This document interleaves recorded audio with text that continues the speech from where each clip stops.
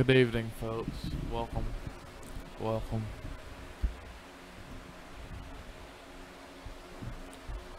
One moment, we'll get started. This isn't going to be anything long. This is just going to be something short.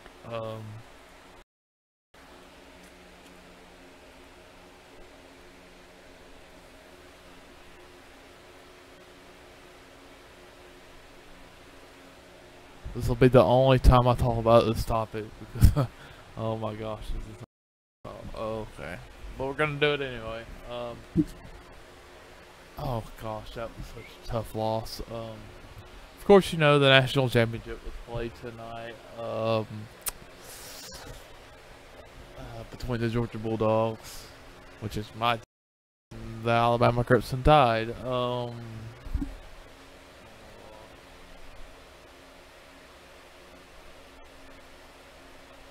moment.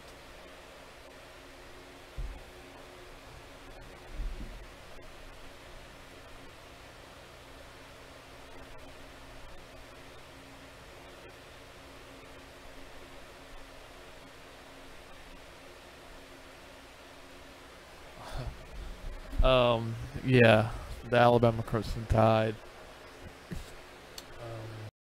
back to win this game, 26-20. Georgia led the whole game, 13-0 halftime, 6-0 at the beginning, at the end of the third or the end of the first quarter. Had a crucial touchdown in the fourth quarter to basically keep themselves in the game, and then at the end of the game, excuse me, that was the third quarter. At the end of the game, the Bulldogs blocked the field goal, or it wasn't really a block, it was just a missed field goal. That ended up taking it to overtime. Georgia kicked a 51-yard field goal. Crazy decisions, in my opinion, on that play, but whatever. One moment, please. Trying to remember. Alabama takes it. They get sacked. Whatever that quarterback's name is, I can't think of it right now. Can't really pronounce it. It's hard to pronounce for me. But it doesn't matter. You know who he is if you were watching the game.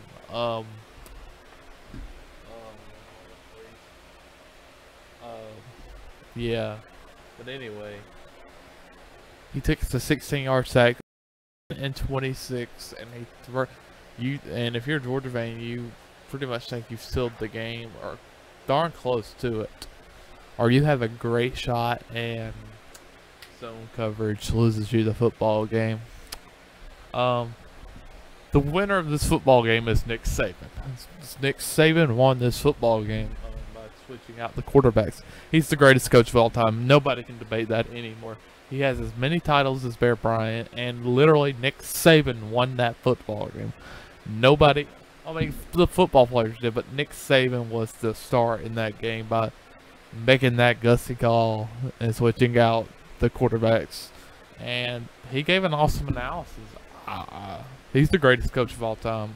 After that win, the way he was able to come back and win that game, I was impressed. It's a tough loss for me, especially after last February. I've been waiting basically ever since I started watching sports, period, for a team, one of my teams to win the big game. And in last February, we all know what happened, 28-3. That felt the same today. That felt like 28-3. It really did. That was tough for me. Such a heartbreaking loss. I had made plans to. Well, I didn't really make plans because I was like, oh. But in the fourth quarter, I pretty much knew they were going to lose that football game when they missed out on opportunities on offense, and their quarterback, that freshman he was great in that second half. no matter what, I mean, he was great in that second half. I wouldn't be shocked if he's starting next season. He was just he looked great. I mean, I have nothing else to say about him. I'll compliment Alabama for winning that game because they, at halftime, were going to lose that football game. If Jalen Hurts had started that second half, they would have lost that football game, and I can guarantee you that pretty much. I think they would have lost that football game. I really do. But, like I said, that's why Nick Saban won that game. He's the greatest coach of all time. There's no more debate. I'm done hearing that debate. And he'll probably win another one within the next 2 years. I don't think he'll win it next year because it seems like an every other year's trend, but I wouldn't be shocked. I really wouldn't. I don't know. I kind of had a feeling the whole game that Georgia was going to lose. And that's... At the end, I thought they were actually probably going to win that football game for about 2 seconds until the zone coverage and the football game. Kirby Smart's going to have to explain that one for a while because that shouldn't have happened. But props to Alabama. Props to Alabama. That was a tough game for Alabama. Might have been one of Nick Saban's tougher wins, tougher national championship wins ever, between all of his wins. And that feels good. And as a Georgia fan, if you're a Georgia fan or as a Georgia fan and players, you just have to move on. I know I said what I said on Twitter, and I meant what I said. So that's a tough loss. It really was. At that point, I didn't care about my spelling. It didn't matter. I think, but in general, you won the SEC championship in the regular season. You can argue if they won, Alabama won the SEC real championship, but whatever. Georgia still won the SEC championship in the regular season. They won the Rose Bowl champions, and they came super close. With Jalen Hurts, I thought Georgia was the better team, but with that new quarterback, Alabama was probably the better team. I'll give you that. I thought Alabama probably would have won 10. I would feel better right now if Alabama won by 10 points, than this tight game, this tight loss. I don't know. It wouldn't. I don't know. It wouldn't feel the same. It really wouldn't. But after that tough loss, I'm not going to say Georgia should have won the game because they deserve to lose that game. They did everything in their power to lose that football game. What can I say? I mean, they did. This will be the final time I talk about it. We're not going to do a podcast over this. I can't make myself do a podcast over this. This will be the only time I talk about it, and I almost didn't go live to talk about it at all. But tough loss. Life moves on. Go back to regular stuff tomorrow. We'll have the End Zone podcast for the NFL divisional rounds on Wednesday. Don't know. I don't know. Have to put some enthusiasm. I need. Just goodness. I don't know. I gotta get ready for that tomorrow or Wednesday. On Wednesday, gotta do work. Or I need to get off. I need to get to work done. Over the next period. Work doesn't stop. Life doesn't stop because Georgia lost the national championship in that fashion. Doesn't matter. Life still moves on. And that's a good thing. I mean, it really is. I'm not gonna keep my mind on this. I'm gonna move on like I did the Super Bowl. Yeah. I'm not sure if I want the Falcons to make the Super Bowl. Speaking of, I really don't know. If you could tell me that if Tom Brady wins the MVP and then that affects, or not really affects, but if Tom Brady wouldn't make history and win the MVP and win a Super Bowl, I would say I want the Falcons to go to the Super Bowl, but I don't know if I can deal with another loss in this inning.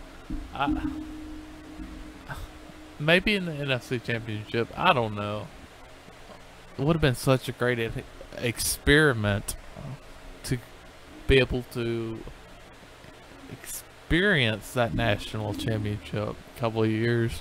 Let these players grow into sophomores and seniors and juniors or whatever. They'll have too many freshmen, I think, to go next year.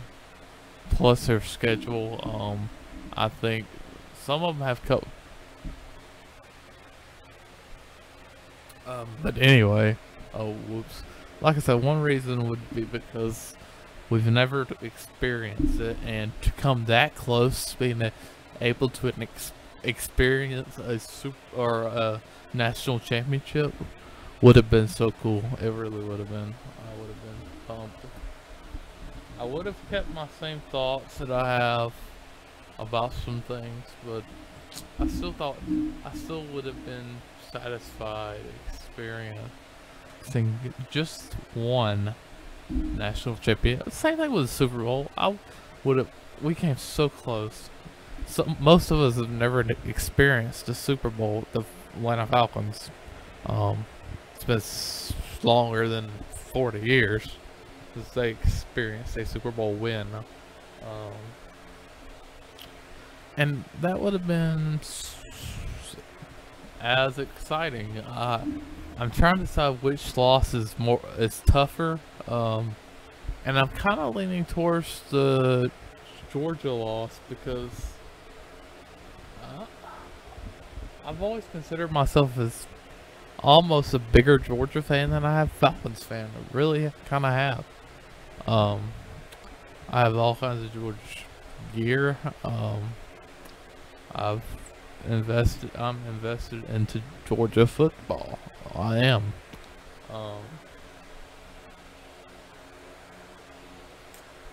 But the way that went down, the sack and the zone coverage would be why I would say I think the Bulldogs loss was tougher.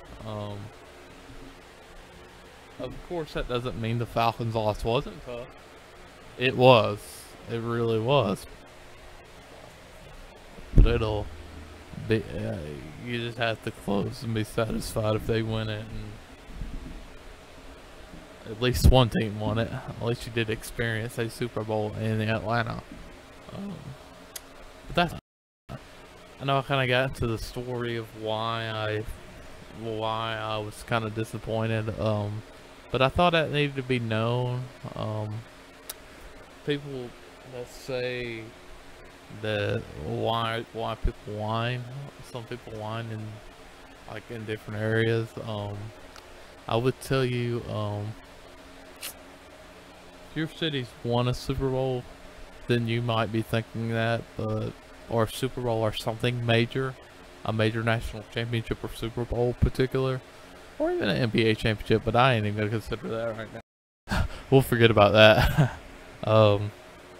But those people that have experienced, or a World Series champion, whatever, if you've never experienced that, then when your team comes this close, you're gonna be upset, I would think. If not, I don't really consider you I wouldn't consider it a true sports fan, or not a true sports fan, but not a diehard sports fan. I really wouldn't. But that's all I have for today. I stayed on a little longer than I thought. I just wanted to set the record clear. Moving on.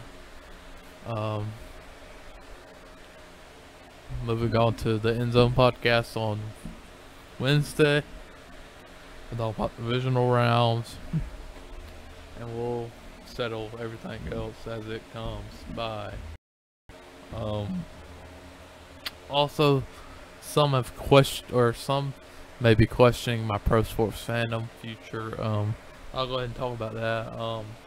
Right now, I have reduced my role. I'm no longer a author or major author or a major writer there. I've reduced my role down to just contributing into NFL pick'ems or whatever it may be. NFL or mainly pick'ems, drafts, whatever. Those little type things where I do a little bit and we all contribute together. I have not left pro sports fandom. I'm just a contributor. Similar to some of the others. I'm not gonna leave. I have no plans to leave in the near future, at least. I'm really excited for March Madness. I mean, that's a couple months away, but I'm excited for that.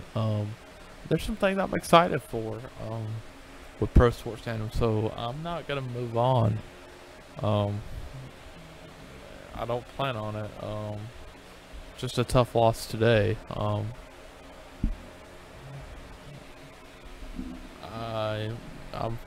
I kind of want to start getting into other sports, which is why I have the YouTube thing I'm going to do 2 times a month. 30 minutes. We'll talk about all general sports. Might avoid NFL. I'm not sure yet. Depends on what's going on. But other sports going on. I'm excited to talk basketball. NBA, I'm not as excited to talk about because it's a foregone conclusion that that Golden State and Golden State and Cleveland are gonna go. Oh my gosh, my memory's kind of foggy right now.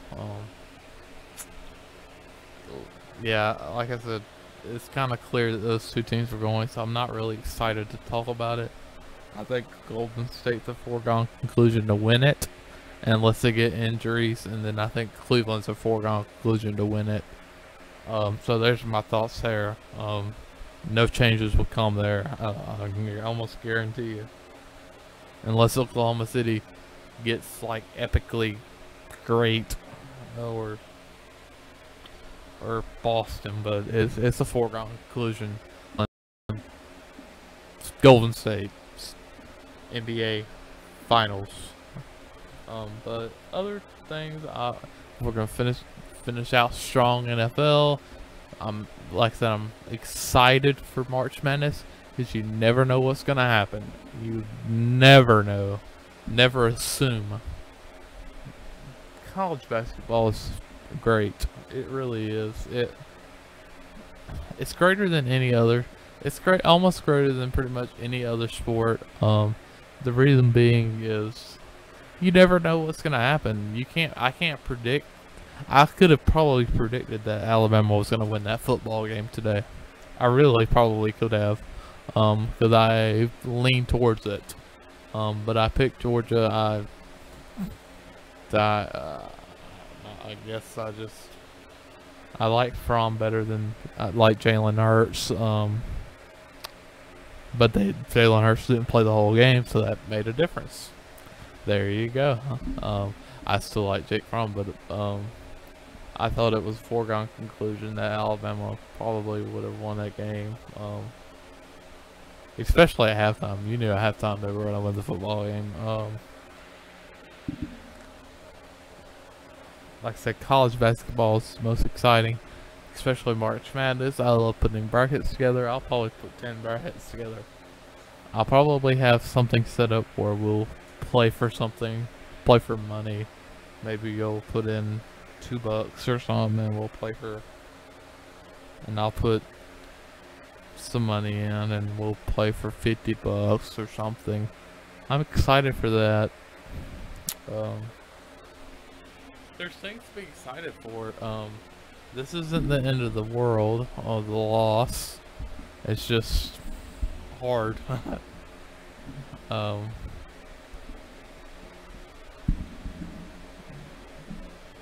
So anybody that didn't really consider me a true sports fan, there you go.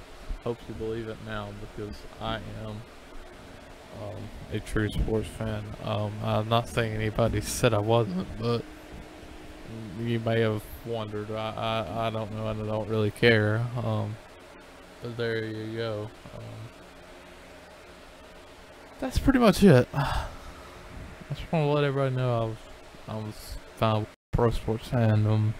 So podcast is fine. We still got a Super Bowl to cover. We still got all kinds of things to cover. Or it's not really Pro Bowl. I'm not excited for the Pro Bowl. NFL divisional rounds, NFC and the AFC championships. Exciting stuff coming, and I hope you'll join us throughout every single podcast. And